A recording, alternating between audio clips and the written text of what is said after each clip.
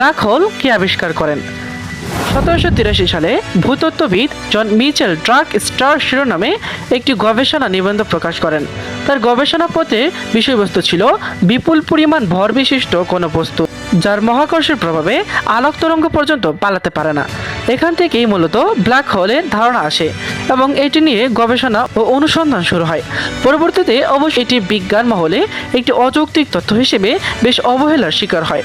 আলোর মতো কোনো কিছু বেরিয়ে আসতে পারবে না এমন একটি তথ্য বিজ্ঞানীদের কাছে বেশ অযৌক্তিক মনে হয়েছিল। তাই ধীরে ধীরে থেমে যায় ব্ল্যাক হোল নিয়ে গবেষণা। একটি ব্ল্যাক হোলের জীবনকাল সর্বোচ্চ কত হতে পারে? ব্ল্যাক হোল হকিং রেডিয়েশনের মাধ্যমে ক্ষয়প্রাপ্ত হয়। হকিং রেডিয়েশন একটি অতি ধীর প্রক্রিয়া, যে কারণে একটি ব্ল্যাক হোল অনেক দীর্ঘ সময় টিকে থাকে। সূর্যের ভরের সমান একটি ব্ল্যাক হোল ক্ষয় হতে পারে প্রায় 10 পাওয়ার 67 বছর সময় নেয়। মিল্কি ওয়ে কেন্দ্রের